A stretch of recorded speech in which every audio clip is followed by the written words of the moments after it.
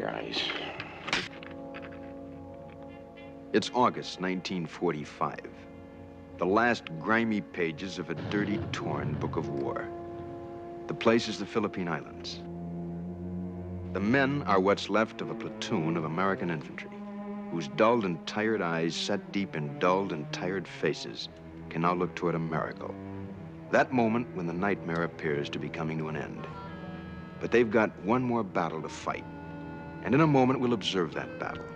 August 1945, Philippine Islands. But in reality, it's high noon in the Twilight Zone.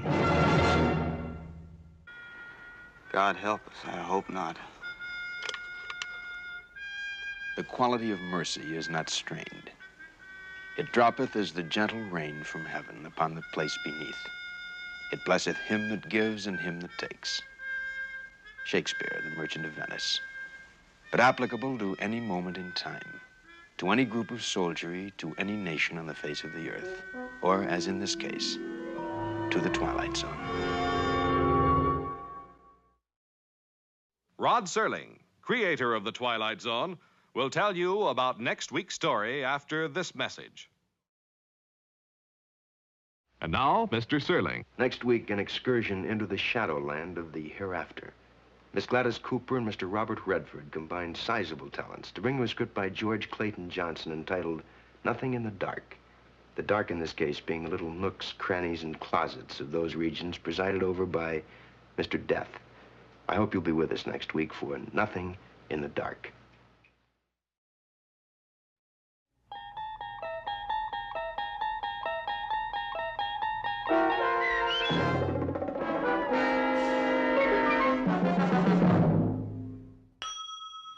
Our population's expanding faster than our colleges. For more classrooms and finest professors, help the college of your choice. I know what you are.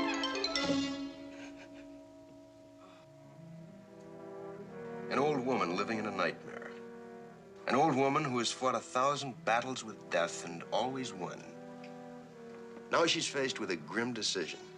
Whether or not to open a door. And in some strange and frightening way, she knows that this seemingly ordinary door leads to the Twilight Zone.